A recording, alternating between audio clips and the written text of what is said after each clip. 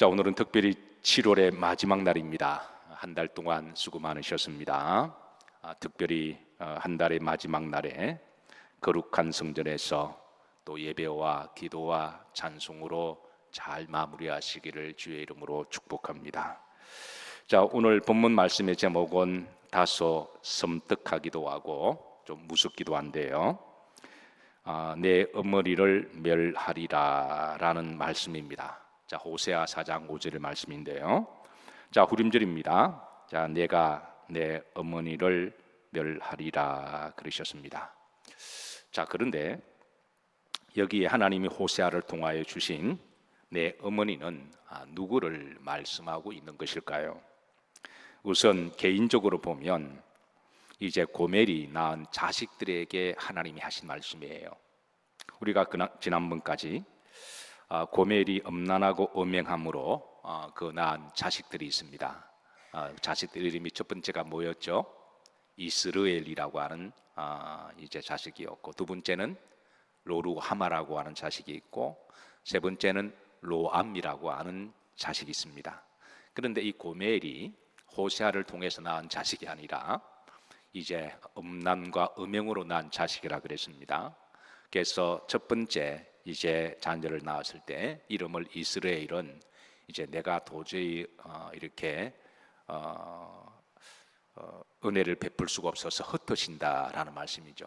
그러니까 흩어진다라는 뜻이 있고, 로루하마는 또 이게 또 이제 외간 남자를 통해서 또 낳은 자식이어서 하나님이 내가 도저히 긍휼을 베풀 수가 없다, 이름의 뜻이 그러하고요. 세 번째 로암이라고 하는 이름의 뜻은 또 이게 또 음란을 통해 난 자식이니까 이는 내 자식이 아니다라고 하는 그 이름을 정해 주었습니다. 자, 그래서 개인적으로 보면 지금 이 세 자녀들에게 하나님이 지금 내 어머니 고멜과 내가 이제 내 어머니를 말 것이다, 멸할 것이다라고 주시는 말씀이에요. 자, 이건 역사적으로 보면 이 고멜은 이스라엘을 상징한다 그랬습니다. 북이스라엘을. 그리고 이제 북이스라엘에서 태어난 자식들, 그 자식들인데요. 지금 하나님은 북이스라엘에 태어난 그 자식들에게 하시는 말씀입니다. 내가 내 어머니를 멸하리라. 문법적으로 한 나라를 여성 명사로 그렇게 우리가 표기를 해요. 그래서 이 나라를 우리가 마들이라고, 마들 칸출이라고 이야기하죠. 그래서 여기에 내 어머니는 역사적으로 보면 북이스라엘 나라를 이야기를 합니다. 그래서 이런 이제 영적인 의미를 가지고 이제 하나님께서 지금 역사적으로는 내 어머니를 내가 북이스라엘을 엄난하고 엄행한 그 북이스라엘을 내가 이제 멸하리라라고 주신 말씀입니다. 자, 오늘 1절에 보시면 하나님께서 왜 내 어머니의 마들 칸추리를, 어머니의 나라를 멸하시는지 하나님이 이스라엘 백성들에게 논쟁하자고 이야기하십니다. 자, 1절 다 같이 합독합니다. 이스라엘 자손들아 여호와의 말씀을 들으라.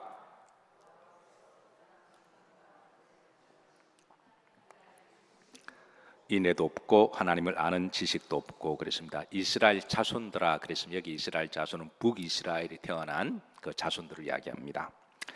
자, 여호와께서 이 땅 주민과 뭐 하시나니? 논쟁하신다. 그러니까 북이스라엘에서 태어난 그 주민들과 하나님이 논쟁하자라고 먼저 이제 말씀하십니다. 논쟁하신 이유가 세 가지입니다. 이제 그 이유는 하나님이 심판하실 수밖에 없는 이유를 말씀하기 위해서 그렇습니다. 왜 심판하시는지. 만약에 이런 이유를 알려주지 않으면 저들은 하나님에 대해서 하나님은 부당하신 하나님, 불공평하신 하나님, 무섭고 두려운 하나님으로 인식하기 때문에 그렇습니다. 사실 하나님은 사랑의 하나님이시고, 그리고 자비의 하나님이시고, 공의롭고 정의로운 하나님이시죠.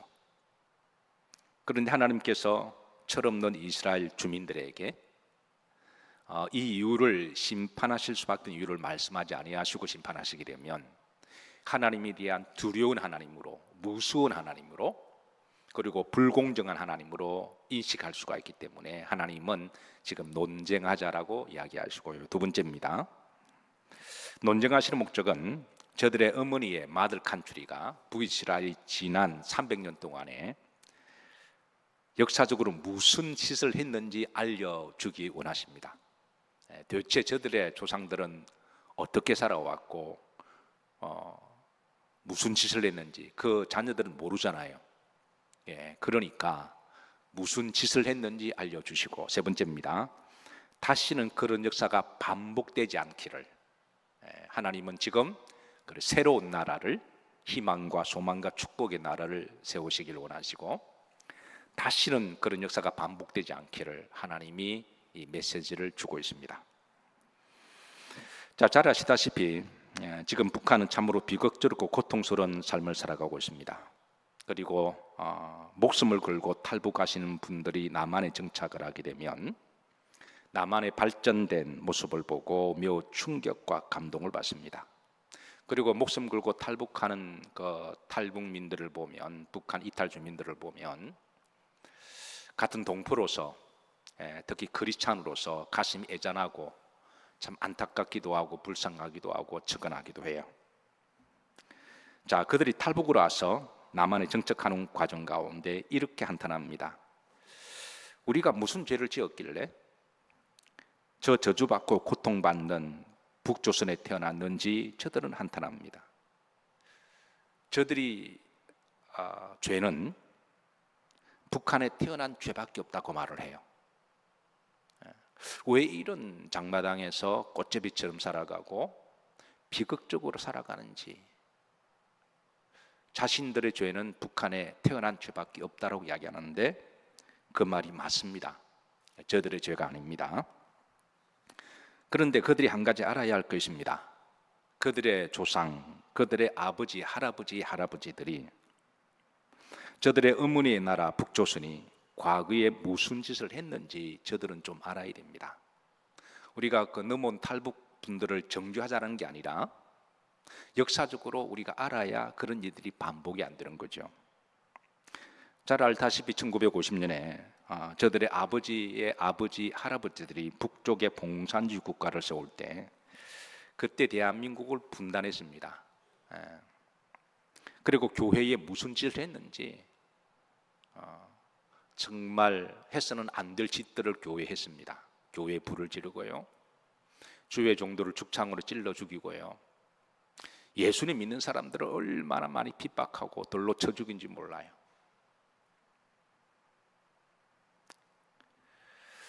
그때는 믿는 사람들이 참 많은 핍박을 받았습니다. 그리고 저들은 얼마 있다가 북조선에 하나님을 없는 나라, 오히려 하나님을 대적하는 공산주의 국가를 세우고 얼마 있다가 남한에 침략해 와서 남한을 온통 피바다로 만들었고 수많은 사람들이 그때 얼마나 많이 죽은지 몰라요.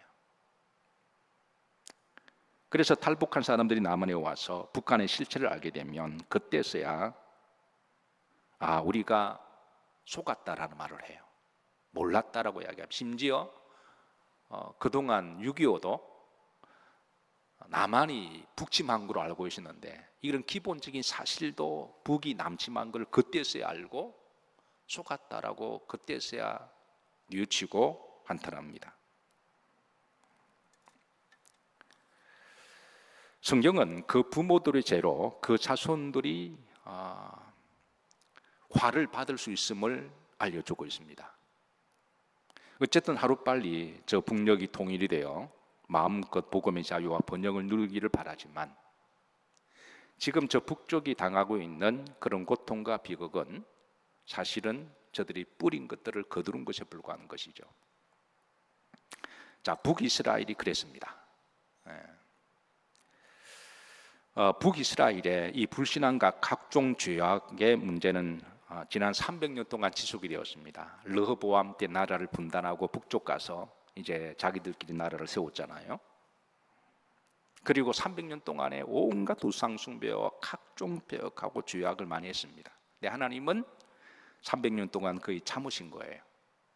그런데 도저히 희망이 없자 하나님 이제 내가 내 어머니를 멸하리라 라는 말씀을 주시는, 더 이상 소망이 없는 나라, 희망이 없는 나라, 그런 나라는 빨리 망하는 게 좋다고 하나님이 판단하셔서 이제 하나님이 내 어머니를 내가 멸할 거다라고 일러주시고, 그리고 그 나라가 어떤 나라인지, 왜 멸망을 받을 수밖에 없는지 그 후손들이 납득을 해야 하나님 대해서 오해를 안 하거든요.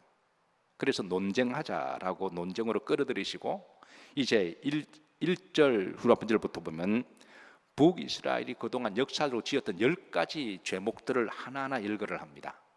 자, 보십시다. 자, 중반절입니다. 자, 이 땅에는 무엇이 없다? 진실이 없다 그랬습니다. 진실이라는 말은 진리, 참이라는 말인데요, 북이스라엘은 진실이 없는 나라가, 진리가 사라진 나라였습니다. 진실의 반대는 거짓이죠.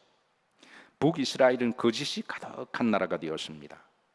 만약에 한 나라가 진실이 사라지고 거짓과 속임수가 가득하고 사기와 불법이 난무하게 되면 그 나라는 절대 발전할 수 없고 부흥할 수 없고 인류가 될 수가 없습니다.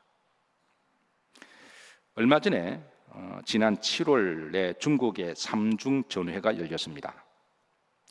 중국의 삼중전회는 중국 공산당 중앙위원들이 모여서 전체 회의를 하는데요, 1년에 한 번씩 열린다고 그러죠.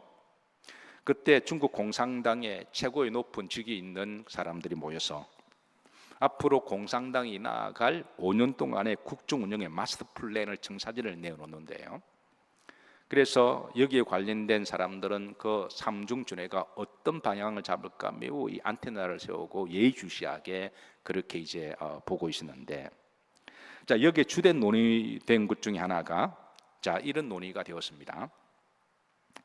자, 중국이 앞으로 인류 국가가 되고 발전 지속 가능한 나라가 되려면 지금 굉장히 지금 어려움을 당하고 있습니다.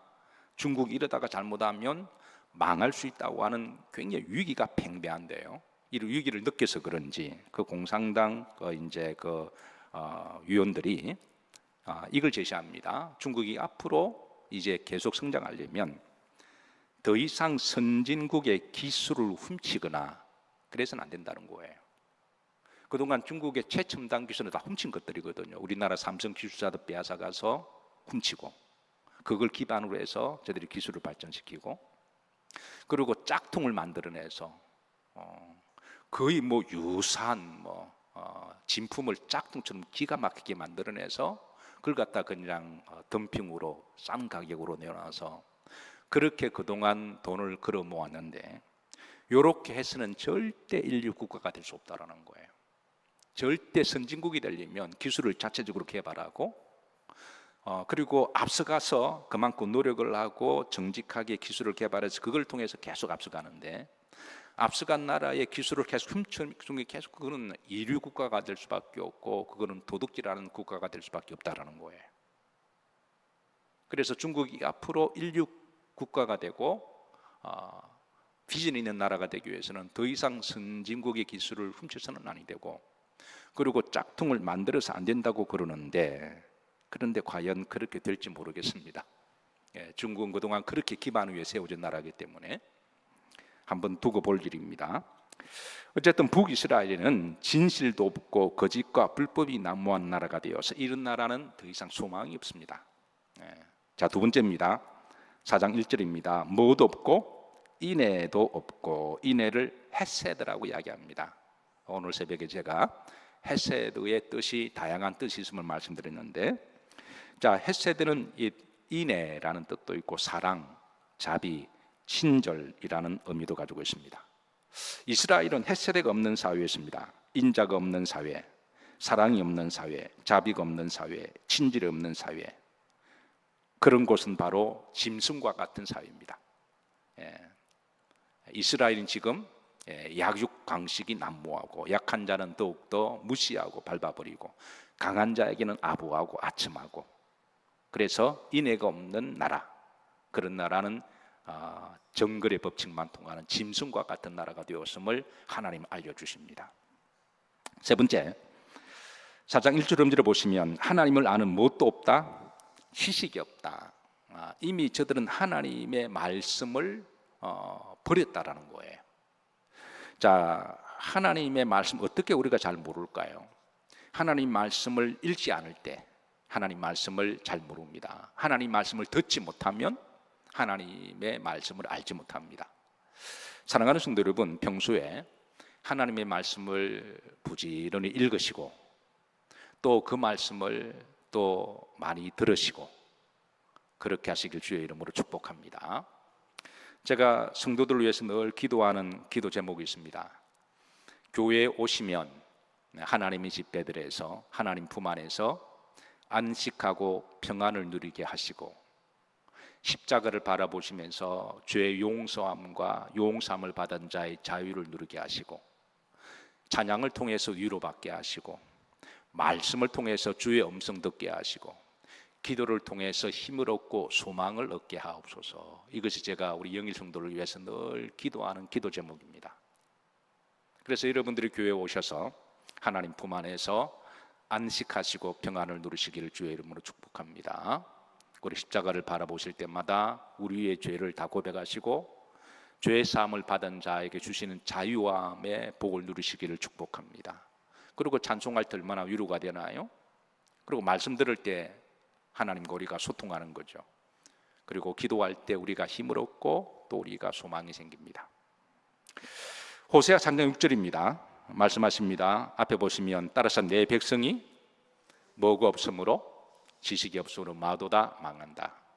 결국 북이스라엘은 하나님의 말씀이 없어서 세속주의로 빠지게 되었고 하나님의 말씀이 없어서 저들은 세상의 길로 각종 우상의 길로 죄악을 행하게 됩니다. 그래서 하나님의 말씀을 버리면 저들은 망하게 됩니다. 그래서 북이스라엘이 이미 하나님의 말씀을 버렸다라고 그렇게 알려주십니다. 네 번째입니다. 2절입니다. 이제 오직 저주와 그랬습니다. 그러니까 오직 저주가 가득한 세상이 되었다라는 거예요. 이 저주라는 말은 아로하라는 말인데요. 기본적으로 남에 대해서 악담을 하고 불행하고 재앙이 일어나기를 바라는 것입니다. 서로 저주하고 저주하는 사회는 망합니다.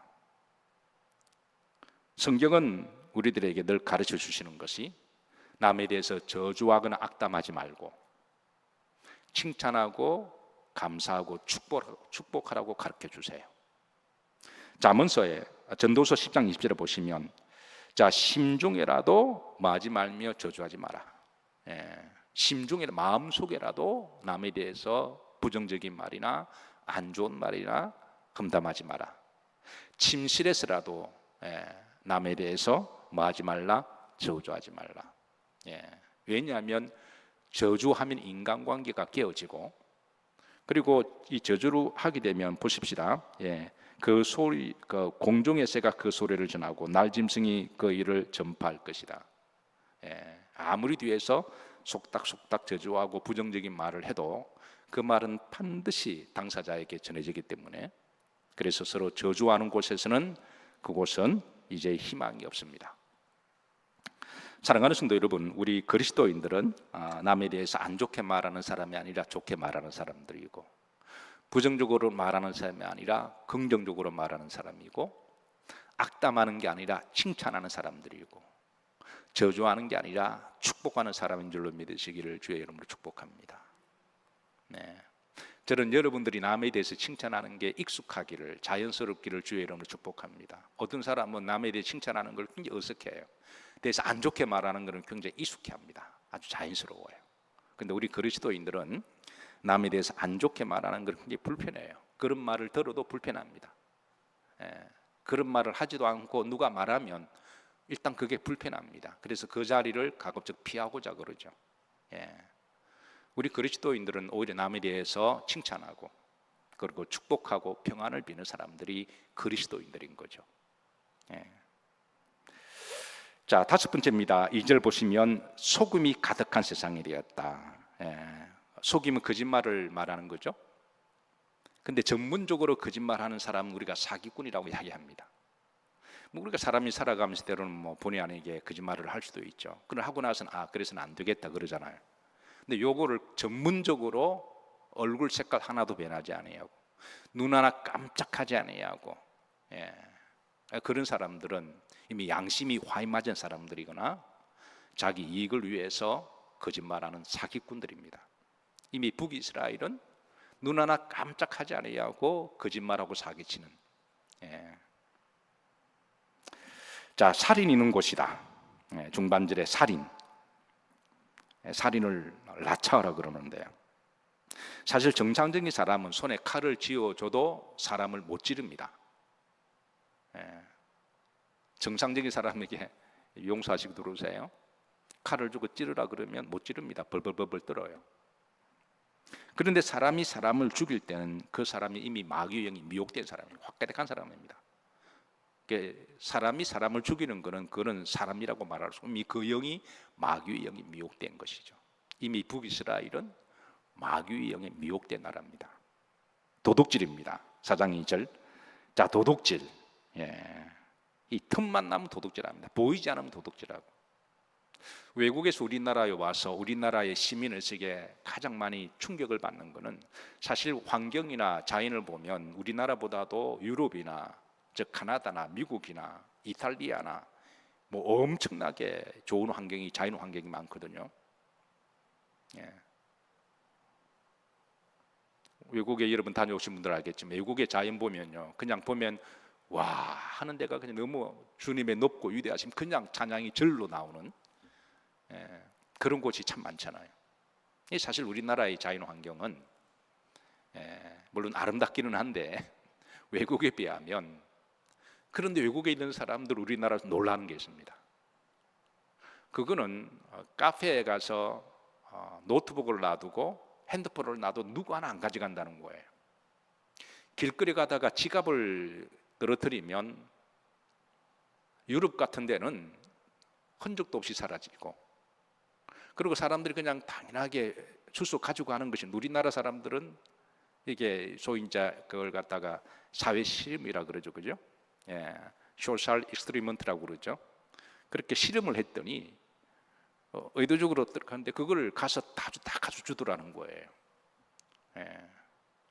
그러니까 나라가 건강하고 잘 살고 발전 가능한 나라가, 하나님이 축복하신 나라는, 그 나라는 도둑질이나 그리고 정직한 나라가 되면 하나님이 그 나라를 축복하십니다. 그런 걸 보고 한국에 대해서 큰 감동을 받고 한국에 대하여 이미지가 좋아진다고 하는 것이죠. 북이스라엘은 입만 열면 도둑질한다 그래요. 북한도 지금 그렇잖아요. 탈북한 분들의 말에 의하면 다 도둑놈들이래요. 예, 다 그냥 다 도둑질하고요. 예, 그러니까 사람이 믿을 수가 없다고 하는 거죠.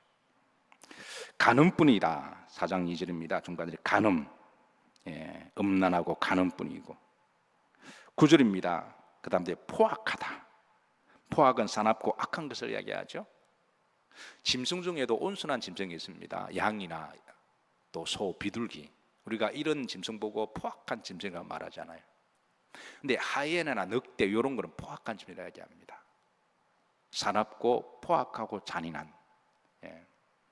북이스라엘은 지금 포악한 짐승과 같은 나라가 되었습니다. 10번째 마지막입니다. 2절 훈절에 보면, 자, 피가 피를 뒤엄이라 이 말입니다. 그러니까 이 말은 복수가 복수로 이어지고, 살인은 살인으로 이어지고, 폭력은 더 큰 폭력으로 이어지는 이미 그런 사회가 되었습니다. 자, 이 10가지입니다. 하나님 지금 이 10가지를 북이스라엘 주민들에게 이걸 이제 논쟁하시고, 이런 나라다. 다시 1절 보십시다. 중간에 보면, 자, 이 땅 주민과 뭐 하시나니? 논쟁하시는 하나님. 구체적으로 이제 이런 10가지를 제시하시면서 하나님 물으십니다. 이런 나라가 앞으로 존속해야 되느냐, 하나님이 멸하는 게 맞느냐?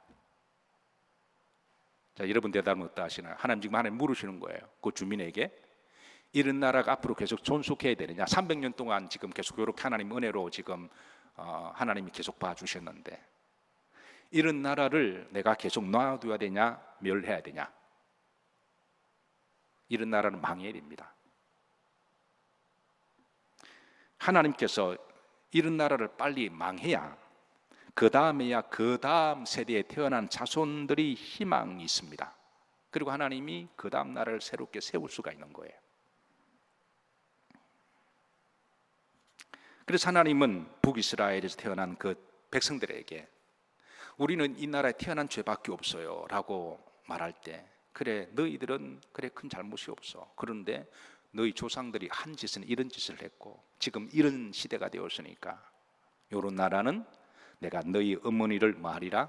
멸하리라. 여러분 오해하지 마시고 들으세요. 북한과 같은 나라는 망해야 됩니다.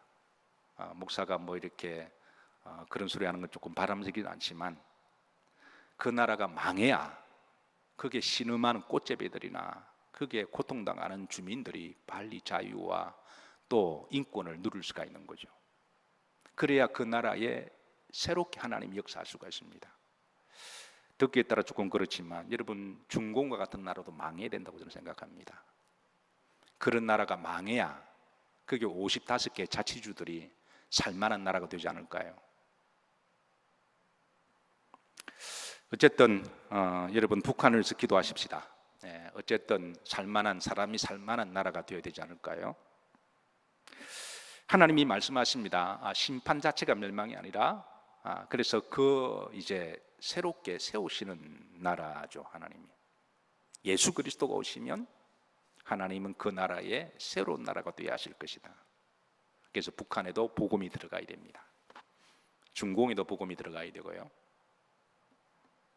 제가 미국에서 목회할 때 많은 젊은 사람, 소위 중국이 뜬다 그럴 때에 중국으로 유학 가려고 하는 많은 젊은 사람들이 제게 상담을 해왔습니다. 목사님 중국으로 이제 앞으로 공부하라고 하고 내가 그러지 마라 그랬습니다. 공산주의는 태생적 관계를 가지고 있어서 목적을 달성하면 반드시 발톱을 드러내고 하나님을 대적하고 민주주의를 대적하고 사람들을 이용할 거니까 제발 그러지 마라. 왜 그런 데 가서 인생을 허비하고 그런 데서 비전을 찾느냐. 비전을 찾으려면 하나님을 잘 믿는 나라의 비전을 찾고 하나님 안에서 비전을 찾아야지. 세월이 몇십 년 지났습니다. 젊었을 때 간 그 젊은 청년이 나이가 지금 50대가 됐는데요, 제게 와서 그때 그렇게 후회를 해요. 그때 목사님 말씀 들을 걸. 그게 자, 하나님의 나라는 어떻게 이루어지느냐? 로마서 14장 17절에 보시면 자 이렇게 이루어짐을 말씀하십니다. 자 후렴절입니다. 오직 어디 안에서? 성령 안에서. 자 하나님의 나라는 먹고 마시는 것으로 이루어지는 게 아니라 오직 어디 안에서? 성령 안에서. 의와 평강과 희락이다. 아멘인가요? 하나님의 나라는 그렇게 세워집니다. 저는 우리나라가 이렇게 이제 많이 축복을 받은 것은 우리나라의 그리스도인들이 저는 건강한 시민으로서 자신의 삶의 자리에서 성실과 정직까지 땀 흘리고 선한 영향력을 저는 많이 미쳤다고 그렇게 저는 믿습니다. 물론 뭐 100% 다 그런 건 아니지만 그러나 대다수의 그리스도인들은 선하고 착한 사람들이죠. 그래서 하나님께서 우리 대한민국을 축복하시는 줄로 믿습니다. 저는 앞으로도 하나님이 더 축복하시리라고 믿습니다. 그리고 우리 그리스도인들의 여기에서 우리 역할은 뭐냐? 이제 더욱 하나님께 예배 잘 드리고 그리고 기도하고 내 삶의 현장 가서 선한 영향력을 미치고 잘 섬기고 복음의 통로가 되고 열심히 전도하고 그렇게 이 나라가 그렇게 되도록 우리가 기도하고 노력하면 하나님께서 우리 대한민국을 통하여 하나님이 세우시는 그런 나라, 그런 나라가 되기를 주의 이름으로 기도하고 축복합니다.